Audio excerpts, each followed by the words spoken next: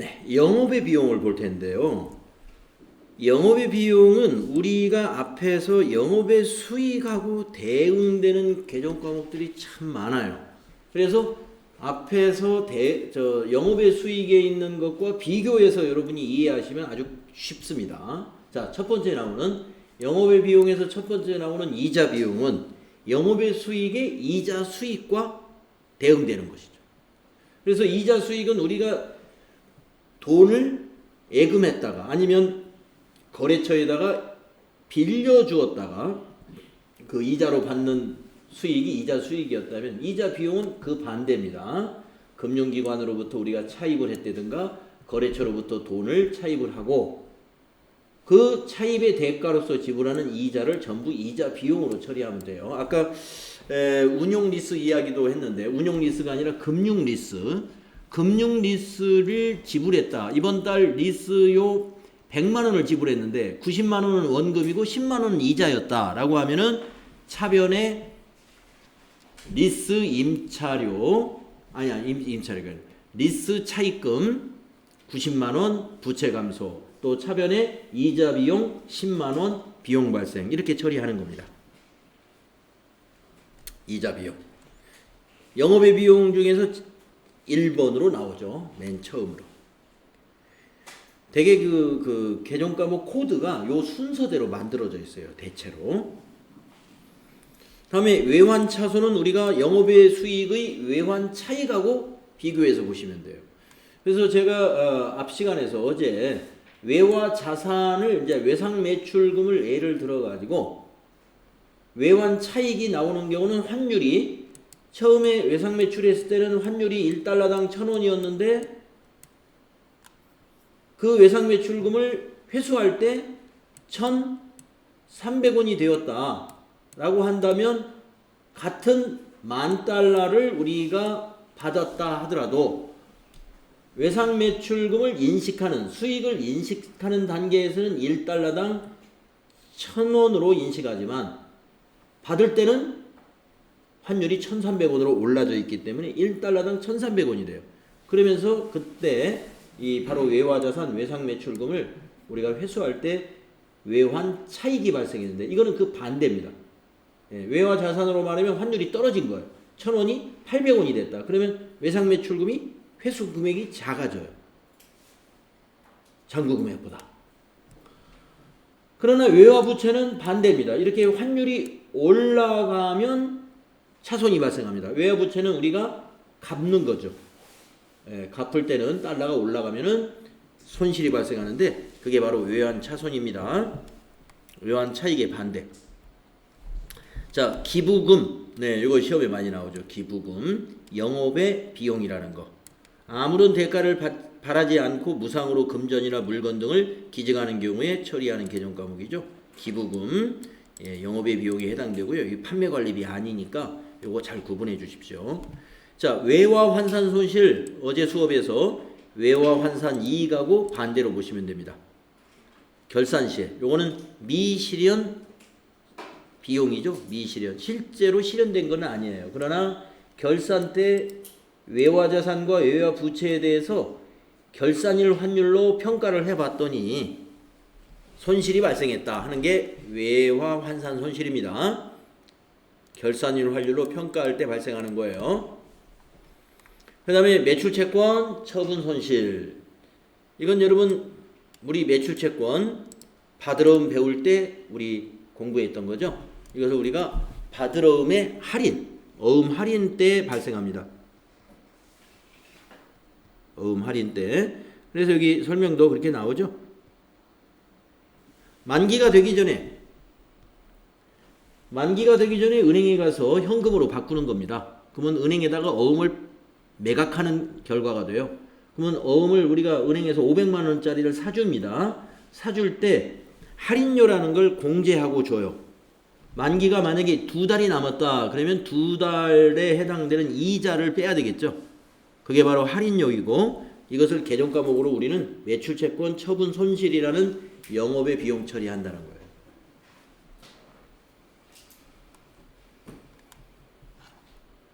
그 다음에 단기 매매증권 평가 손실. 네. 우리가 매도가능증권의 평가 손실은 영업의 비용이 아니지만 단기매매증권 평가 손실은 단기의 비용 처리하죠. 이것도 단기매매증권을 결산 시에 우리가 뭘로? 공정가치로 평가해야 되잖아요. 그때 가격이 하락했으면 가격이 하락하면 평가 손실이 발생합니다. 단기매매증권 평가 손실. 그 다음에 단기매매증권 처분 손실. 예. 처분 손실은 단기매매증권뿐만이 아니라 매도가능증권의 처분 손실도 영업의 비용 여기에 같이 처리합니다. 단기매매증권 처분 손실, 매도가능증권 처분 손실 모두 영업의 비용에 해당이 돼요. 이 단기매매증권에 대해 단기매매증권 공부할 때 이거 언급이 됐던 개정 과목이죠. 네, 그다음에 이제 8번에 있는 재해 손실. 네. 천재지변이나 도난, 예측치 못한 상황으로 발생한 손실들입니다. 재해 손실. 화재가 나서 손실을 입은 것도 재해 손실로 처리하면 돼요. 네, 재해 손실로. 그렇게 처리하고 만약에 나중에 보험에 가입돼 가지고 보험금이 들어왔다. 그럼 그건 보험금 수익으로 나중에 그건 영업의 수익인 보험금 수익으로 따로 잡는 것이고 일단 피해를 본 거는 재해 손실로 처리합니다.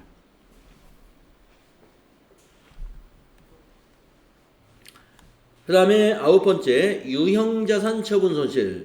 우리가 차량 운반구라든가 비품이라든가 기계장치, 건물 또는 토지 이런 유형자산에 대해서 처분할 때 뭐보다 장부금액보다 낮은 가격으로 처분하면 손실이 나와요. 그게 유형자산 처분 손실이죠. 네, 우리 유형자산 배울 때 이거 분계 연습했었죠. 그 다음에 10번째 투자자산 처분 손실. 우리 영업의 수익에 투자자산 처분 이익이 있었죠. 예, 이것도 거기에 반대되는 겁니다. 처분 금액이 장부 금액보다 낮은 처분을 했을 때 여기 투자자산이라는 건 투자 부동산이 대표적인 거죠. 투자 부동산.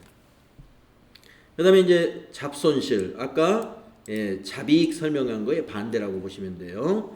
이것도 현금 과부족 정리할 때도 잡손실이 나올 수가 있습니다. 현금이 모자라는 것, 부족한 것이 발견이 됐는데 결산 때까지 원인이 안 밝혀지면 그 현금 부족분은 잡손실로 그냥 처리해요. 그러니까 잡손실은 차변에 오는 거죠. 비용이니까.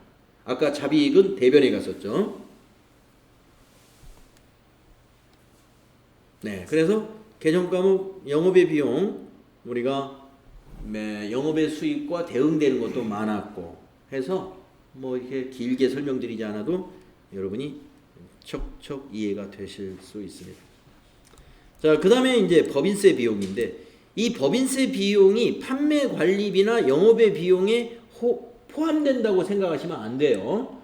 법인세 비용은 아까 손익계산서에서 보시다시피 별도의 비용입니다. 예. 법인세 비용은 영업의 비용이다? 아니에요. 법인세 비용은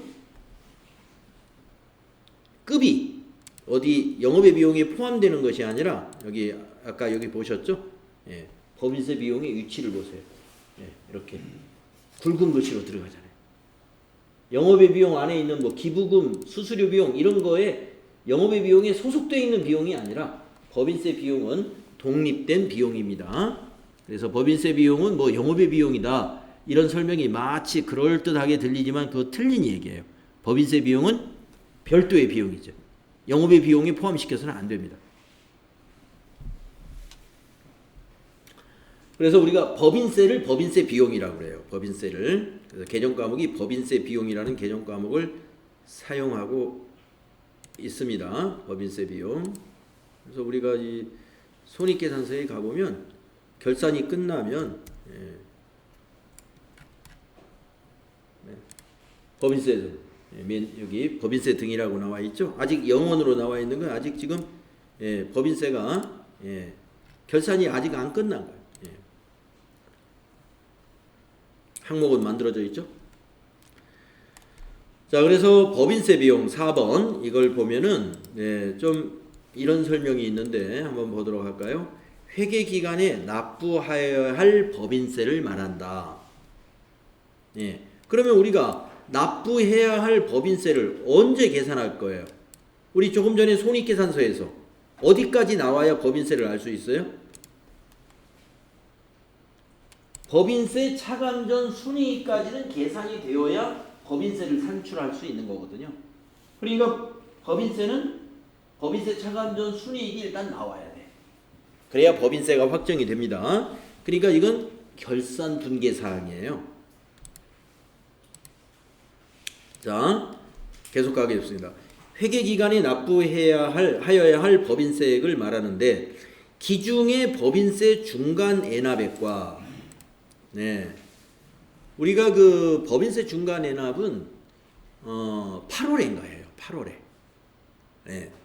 그래서 법인세를 중간 애납하고 우리가 법인세 중간 애납은 8월에 하고 제가 소득세 중간 애납을 이제 11월에 바로 지난달 10월에 했나? 헷갈리네. 소득세도 중간 애납이 있죠.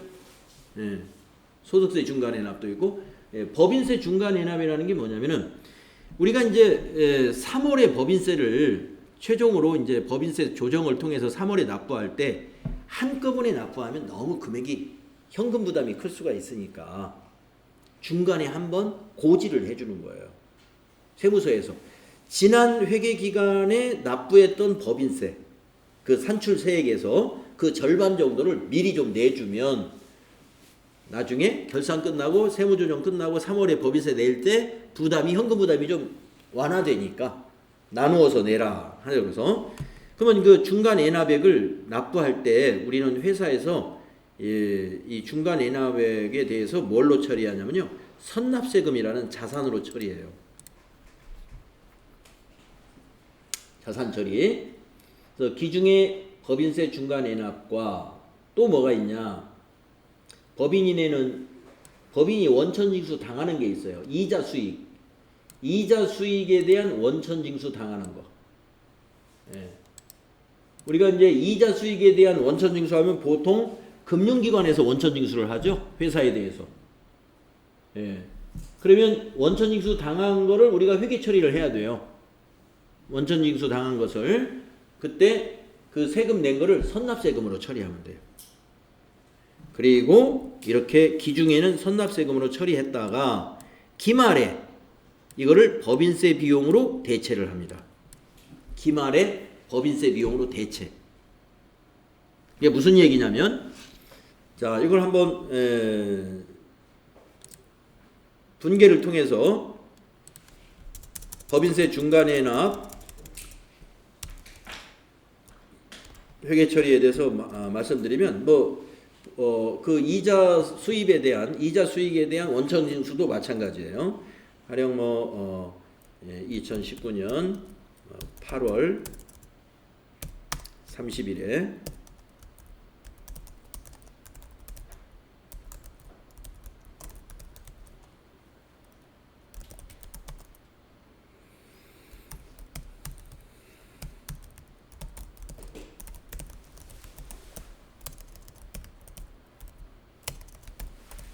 이렇게 되었다고 보겠습니다.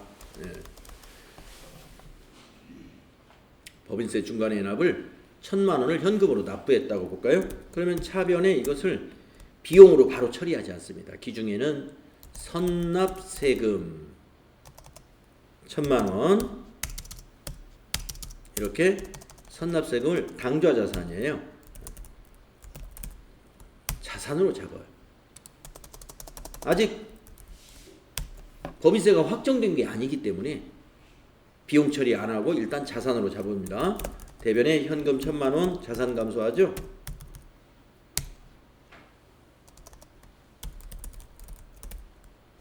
이렇게 회계 처리를 해 놓습니다.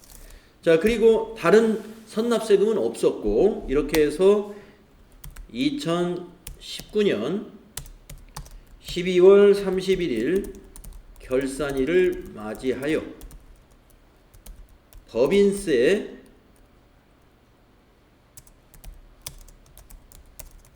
산출세액은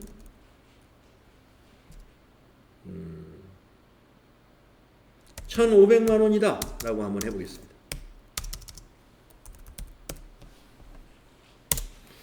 자, 이 결산을 해보니까 법인세 산출액이 1,500만 원으로 결산이 됐어요. 그러면 이제 어떻게 해야 되느냐? 여기 있는 선납세금 이거를 법인세로 대치를 합니다. 자, 법인세는 1,500만 원이고 법인세 비용이 이게 바로 법인세니까 비용 발생 1,500만 원이고 대변에 선납세금 8월 달에 낸 세금이 있어요. 1,000만 원. 여기서 이거를 자산 감소시키고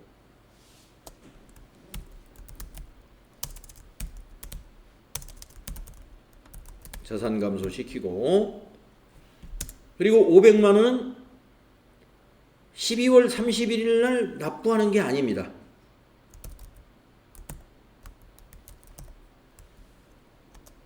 언제 납부하냐면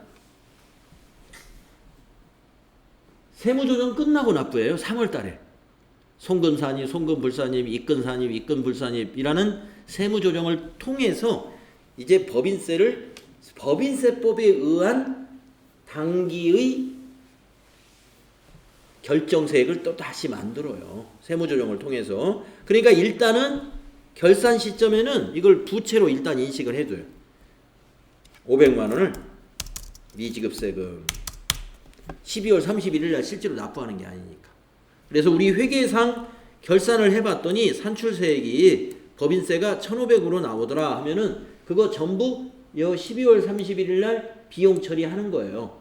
그런데 기중에 선납세금 잡았던 거 거기에서 먼저 상계시키고 자산 감소시키고 미지급세금 부채 요거는 이제 부채입니다. 그래서 결산서에 재무상태표에는 선납세금은 안 나타나요. 왜 안 나타나겠어요? 네. 8월 달에 선납세금 잡았다가 12월 달에 선납세금 자산감소 그대로 시켜버리기 때문에 결산 끝나면 재무상태표에 선납세금이라는 당좌자산은 없습니다. 예, 그러나 기중에 이게 한번 생겼다가 없어진 거예요. 그래서 이 선납세금이 법인세 중간에 냈다만 있는 게 아니라 아까 책에서 얘기했죠. 여기 어느 때도 있어요. 이자, 수익 등의 원천 징수 금액. 그래서 우리가 2019년도에 가령 2019년도에 정기예금이 만기되는 건이 있어가지고 정기예금 만기 건이 있어서 은행에서 만기 때 원금 찾으면서 이자까지 받았을 거 아니에요? 그러면 이자를 은행에서 어떻게 해요? 원천징수하고 이자를 준단 말이죠. 거기 원천징수 당한 금액을 차변에 선납세금 자산 처리하고 대변에는 이자 수익. 이자 수익에서 선납세금만큼이 빠지는 거예요. 그럼 저거를 2020년 3월에 법인세를 내면은 분개는 어떻게 돼요? 미지급세금 없어지죠. 차변에. 예. 그리고 이제 대변에 이제 납부할 세액이 들어가고 만약에 이보다 더 납부하게 됐다. 그러면 미지급세금 하면서 법인세 비용 또 추가 발생하는 거고. 차변에. 계산을 했더니 500만 원보다 법인세가 더 많이 나오게끔 세부 조정이 됐어요. 100만 원이 더 많아졌어. 그러면 저 미지급세금 500만 원 3월 말에 부채 감소시키고 나머지 100만 원은 다시 법인세 비용. 예, 비용 처리하면 되죠. 예, 그리고 대변은 현금 납부했으면 현금 600만 원. 예, 이렇게 가신다. 자, 그렇게 해서 우리가 지금 수익과 비용을 다 맞췄기 때문에 이것도 역시 문제를 한번 풀어보겠습니다. 374쪽에 가서 문제를 풀어보면 잘 정리가 될 거예요. 그래서 374페이지로 가보겠습니다. 네, 수익과 비용 문제 한번 풀어보도록 하겠습니다. 자, 수익과 비용은 1번부터 한번 볼까요? 다음의 내용을 참고하여 당기의 순매출액을 구하면 얼마냐. 여러분 여기 수익에서 우리 매출액 구했잖아요. 그래서 우리 매출액에서 빼야 될 게 세 가지 있다는 거 기억하시죠? 예, 매출, 애누리, 매출, 환출. 아니 매출 환입. 예, 환출은 매입에 있는 거고 그 다음에 매출 할인. 자 그러면은 총 매출액이 여기 있는데 매출 환입 반품 들어왔다 이거 빼줘야 되고 매출 매입 환출 지금 우리는 매출이니까 매입 환출은 대상이 아니고 매입 매출 애누리 그렇지 이거 빼줘야 되고 매입 이건 매입건이니까 대상이 아니고 매출 할인 그렇죠 이거 빼줘야 되죠. 그래서 매출액 순매출액을 구할 때는 매출 환입 매출 애누리 매출 할인 이걸 빼주면 됩니다. 그래서 17만 원이니까 100만 원에서 17만 원 빼면은 83만 원이더라. 그래서 2번이 답이 돼야 되겠죠.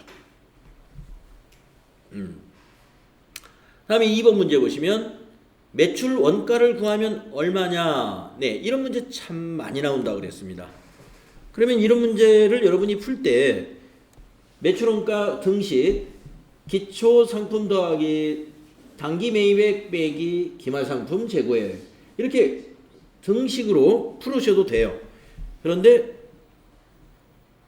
이 시험지 여유 많으니까 시험 볼 때 이 T 계정에다가 아까 말씀드린 대로 갖다가 적으시는 게 제일 편할 것 같아요.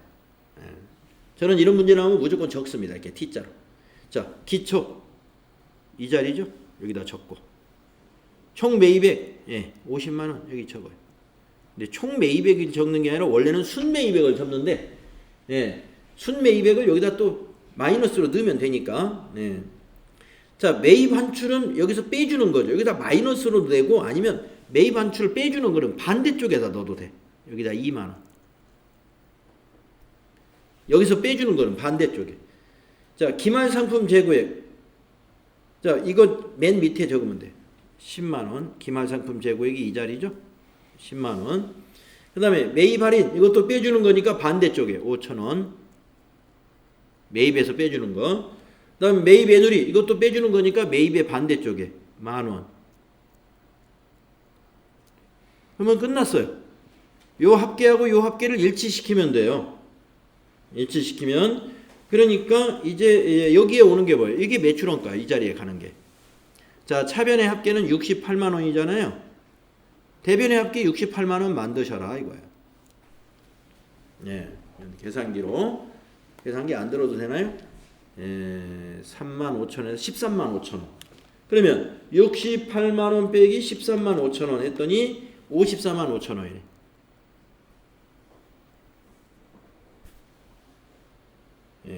그럼 54만 5천 원 1번에 답이 있죠. 그래서 T 계정으로 하는 것이 등식 쭉 나열되어 있는 그런 등식 방식으로 계산기로 계산하는 것보다 좀 이게 좀 훨씬 더 정리가 잘 될 겁니다. 이렇게 계산해 주시면 좋아요.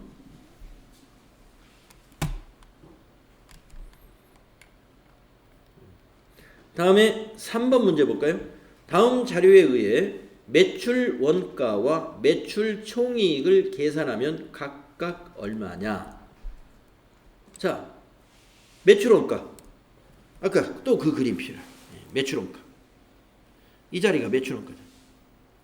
이게 상품 계정을 또 그리는 거. 자, 기초 상품 여기 7만 원. 그다음에 매입액 여기 32만 5천 원. 그러면 차변합계 39만 5천 원. 39만 5천 원. 대변도 39만 5천 원 만들어야 돼. 기말 상품 재고액 10만 원. 그러면 매출 원가는 29만 5천 원이다. 바로 나오죠. 그래서 매출 원가 29만 5천 원짜리가 3번에 답이 있네요. 그럼 3번이 답이에요. 그럼 매출 총이익은 20만 5천 원이 나올까? 매출 총이익은 여러분 어떻게 구하죠? 매출액에서 매출액 빼기 뭘? 이거 매출원가 29만 5천 원을 빼주는 거죠. 그럼 매출액은 여기 50만 원 나와 있네요. 50만 원에서 조금 전에 산출한 29만 5천 원을 빼면 20만 5천 원. 요 매출액에서 이 매출원가를 뺀다 이겁니다. 매출액 마이너스 매출 원가는 뭐다? 매출 총이익이다. 손익계산서의 구조를 알아야죠. 이거 꼭 외워두십시오. 매출액에서 매출 원가를 뺀 것이 매출 총이익이다. 매출액에서 매출 원가를 뺀 것이 매출 총이익이다. 네. 꼭 알아두십시오.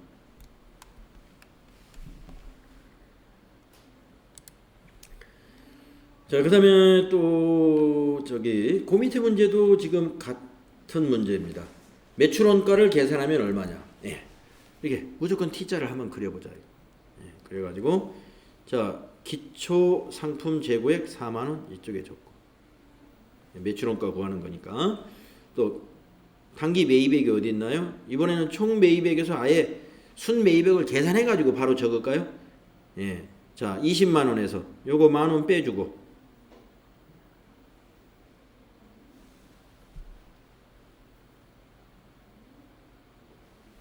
우리 순매입액을 구하는 거니까 만원만 빼면 되죠. 그러면 19만원.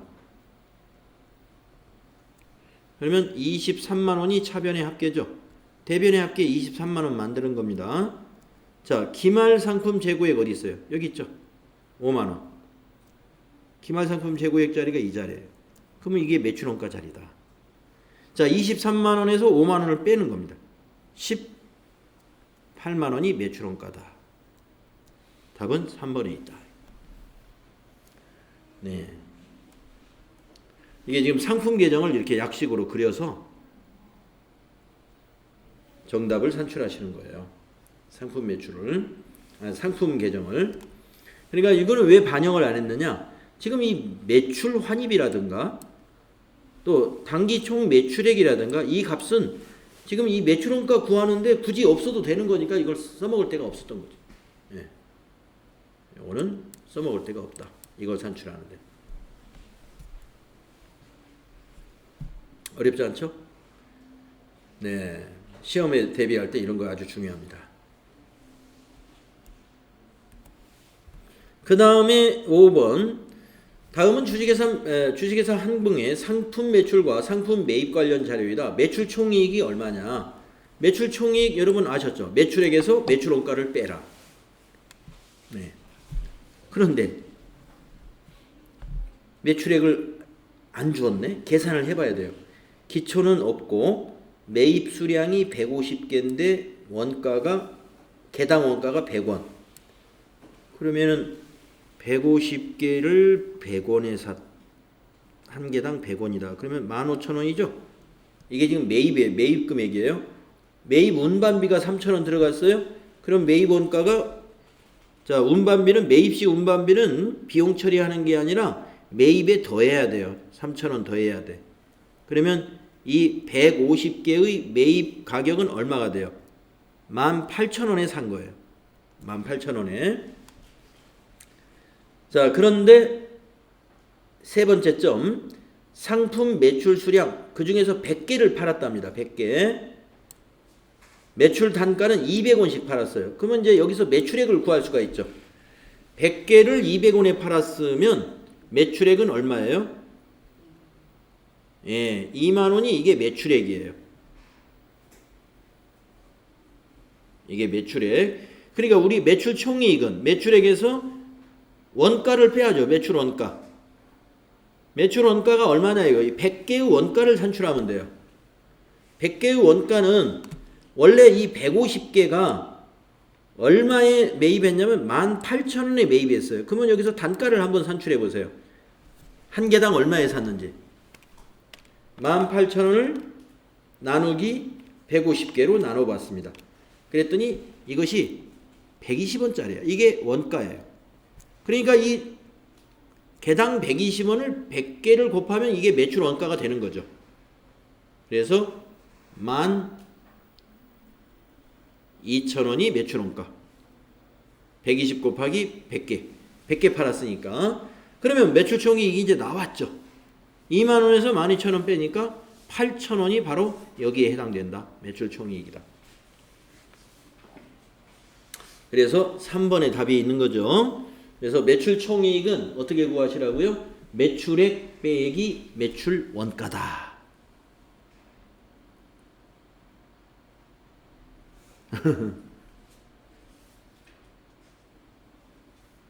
뭐 이상한 거 없으시죠? 운반비는 왜 더하는지 아시죠? 매입시 운반비는 원가에 넣어야 돼요. 그래서 3,000원을 더하기 위해서 결국에 여기서는 지금 운반비 제외하면 개당 100원에 샀다고 볼 수 있지만 운반비 포함해서 따지면 개당 120원에 산 거예요. 이것이 요 100개의 원가가 되는 거예요. 100개의 원가. 상품이니까 매입한 것이 바로 원가가 되는 거죠. 그래서 120개를 여기 100개에 곱하면 그게 매출 원가.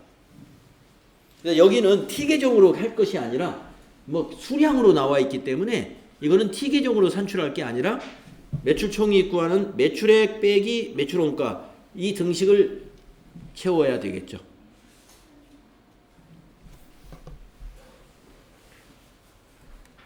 다음에 6번은 판매관리비의 항목이 아닌 것은 개발비입니다. 우리 개발비는 자산에서 배웠죠, 여러분. 무형자산에서 개발비 기억이 나실 거예요. B자로 끝나기 때문에 여러분 굉장히 괴롭힐 것이다. 개발비 하면은 척 느낌이 이건 판매관리비 뭐 아니면 영업의 비용 같은 느낌이 딱 온단 말이에요. 그런데 무형자산입니다. 나머지 세금과 공과금, 그 다음에 접대비, 경상연구비. 우리가 조금 전에 판매관리비에서 경상연구비라는 거 따로 나오진 않았던 것 같아요. 그래서 아까 19개 판매관리비가 그게 전부는 아니다라고 말씀드렸잖아요. 경상연구비는 우리가 일상적으로 연구활동을 하는 겁니다. 그러니까 보통 회사 내에 제조회사나 뭐 판매회사 같은데 QC실, 품질관리실 이런 데서 쓰는 비용에 상당한 비용이 그 경상연구비들이에요. 그러니까 어떤 품질 개선 활동을 하기 위해서 늘상 지출하고 있는 거. 뭔가를 테스트하고 뭔가를 실험하고 하면 거기에 약값도 들어가고 인건비도 들어가고 하는 것들. 이런 경상연구비. 이것은 무형자산이 아니라 판매관리비입니다.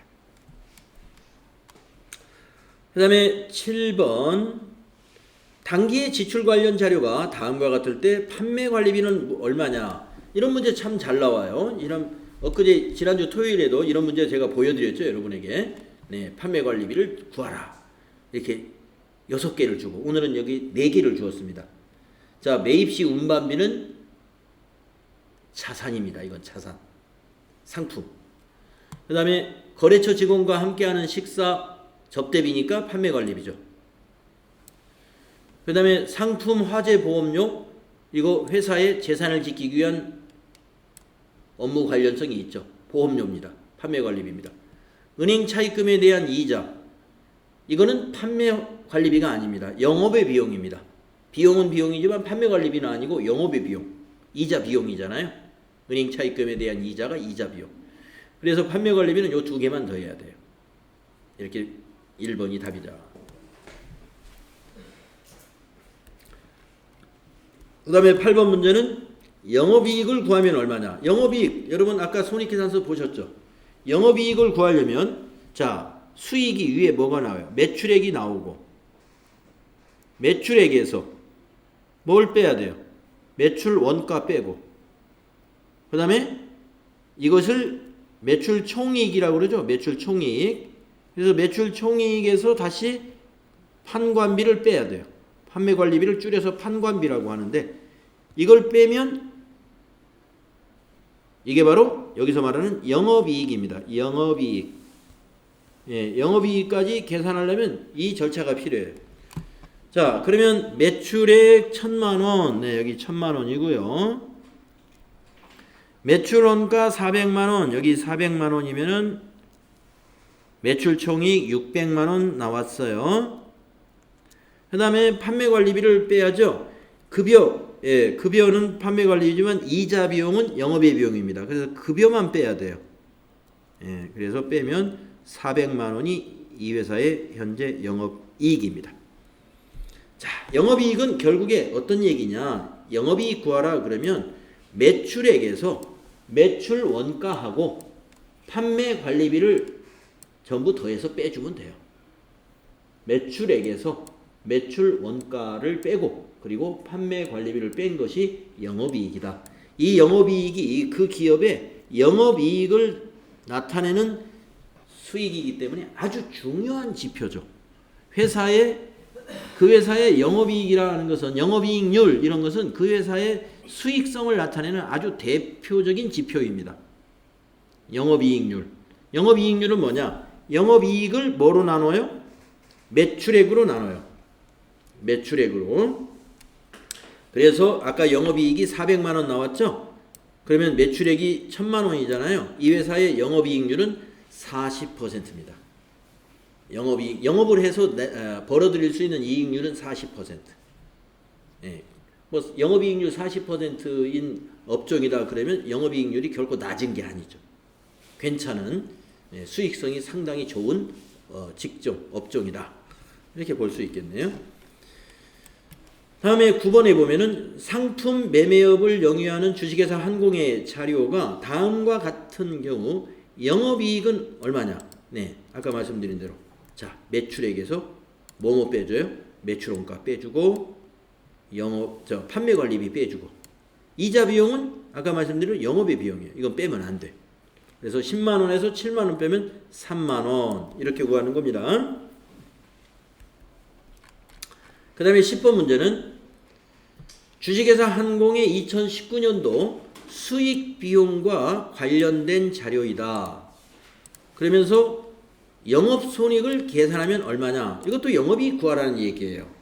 자, 아까 말씀드린 대로 매출액에서 자 빼야 될 것만 한번 체크해 볼게요. 매출원가 요거 빼줘야 되고 급여 이거 판매관리비니까 빼줘야 되고 이 매입액은 상품 매입했다는 거기 때문에 요 매입액은 매출 원가에 이미 포함된 거예요. 예, 그러니까 매입액을 또 뺄 필요는 없어요. 우리가 매출 원가라는 것은 상품 매입액을 반영해 가지고 매출 원가가 기초하고 기초 상품 재고액에다가 요 매입액을 더하고 그 다음에 기말 상품 재고액을 빼 가지고 매출 원가는 이미 나왔잖아요. 그러니까 여기에서 매입액이라는 건 의미가 없는 거죠. 자, 급여 빼주고 광고 선전비 판매관리비니까 빼주고 복리후생비 판매관리비니까 빼주고 이자 비용은 영업의 비용이니까 무시하고 이자 수익은 영업의 수익이니까 무시하고 자, 그래서 체크한 것만 빼면 답이 나오죠. 250만원 빼기 155만원 빼기 45만원 50만원 나오네요. 그래서 50만원 이익이 나오니까 양수로 나왔기 때문에 영업이익이 나온 겁니다. 마이너스로 나왔으면 영업손실이 50만원이요. 플러스로 나오면 영업이익이 50만원이다. 다음에 11번은요. 다음 중 영업의 비용으로 분류되는 것이 아닌 것은 영업의 비용이 아닌 것 물었죠? 감가상각비네요. 답이 감가상각비는 판매관리비였습니다. 판매관리비 감가상각비가 자 단기매매증권 처분손실 영업의 비용이었고요. 이자 비용 영업의 비용이었고 유형자산 처분손실도 영업의 비용입니다. 예, 개념과목 분류가 이렇게 잘 할 줄 있어야 돼요. 다음에 12번 다음 중 영업의 비용에 해당하는 거 주식 발행 초과금 아직 안 배웠나요? 우리 자본 앞에서 배우고 넘어왔죠. 자본 배울 때 주식 발행 초과금은 자본 잉여금이었죠. 매출원가 이거는 영업 비용에 해당되는 거죠. 영업의 비용이 아니라 매출원가. 그 다음에 매도가능증권 평가손실 매도가능증권이니까 평가손실은 이거 자본이죠. 이것도 자본. 기타 포괄손익 누계액이라고 했죠. 매도가능증권의 평가손실은 기타 포괄손익 누계액이다. 단기매매증권 평가손실은 영업의 비용이다. 그러면 답은 4번. 이자 비용이 영업의 비용의 1번으로 나왔죠. 영업의 비용의 1번이 이자 비용이었어요. 다음에 13번 도매업을 영위하고 있는 주식회사 한공의 경영성과에 대한 대화이다. 가에 해당하는 개념 과목으로 알맞은 것은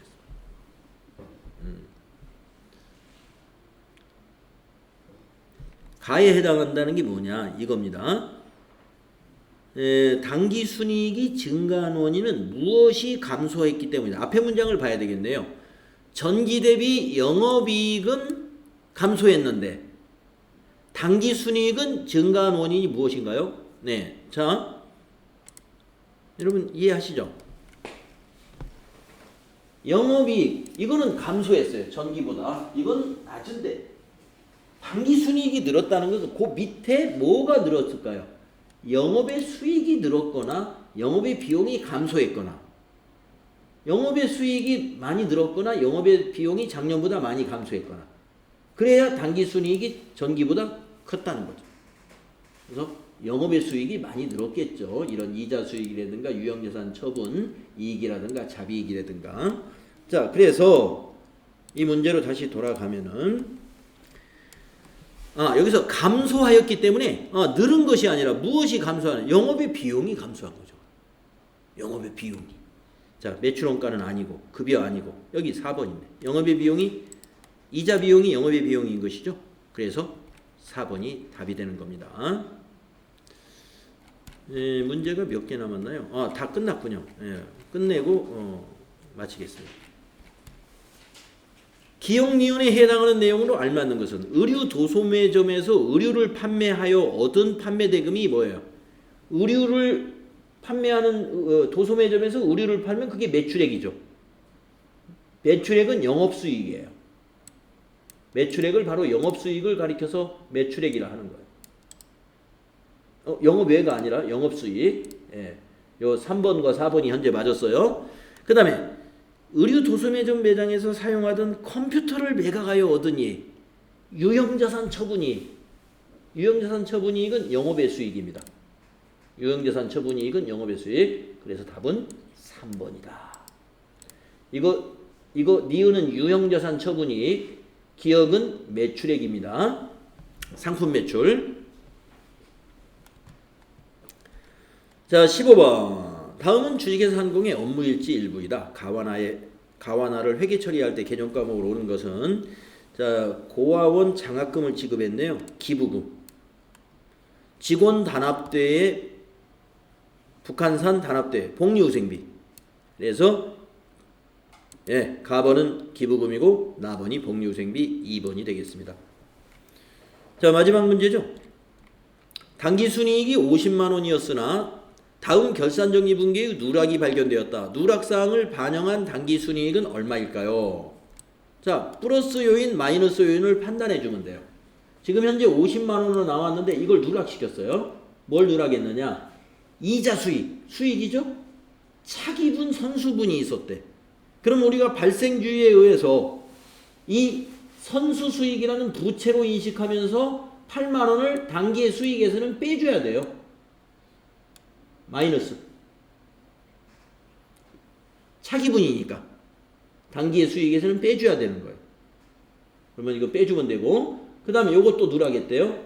임대료 당기분 미수수익. 임대료가 수익이죠. 그런데 당기분인데 미수금이 있대. 그러면 이거 미수수익 자산 처리하고 대변에 임대료라는 수익을 이건 발생시켜야 돼. 발생시키는 건 이익을 늘리는 거니까 수익을 발생시키니까 이건 플러스. 두 개를 합산해서 보면 마이너스 3만 원이 되죠. 마이너스 3만 원. 50만 원에서 3만 원 빼보세요. 50만 원에서 3만 원 빼면 47만 원이 답이 된다. 따라서 4번의 답이 있는 것이다. 이런 식으로 문제를 내고 있습니다. 네, 우리 수익과 비용에 대해서 잘 이해가 되셨으리라 보입니다. 자, 오늘 여기까지 하겠습니다. 네, 수고하셨습니다.